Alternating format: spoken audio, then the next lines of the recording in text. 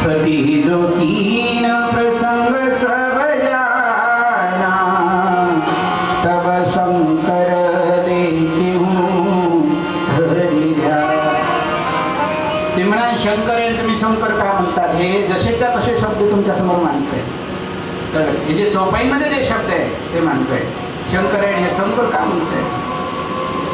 जशी ओवी आहे तशी, कारण ही भाषा अवधी भाषा आहे, त्यामुळे शंकरला शंकर म्हणतात. आपण दर्शन म्हणतो ते दर्शन म्हणतात. कळलं का? दर्शन दर्शन थोडंफार मागे पुढे आहे त्यासोबत.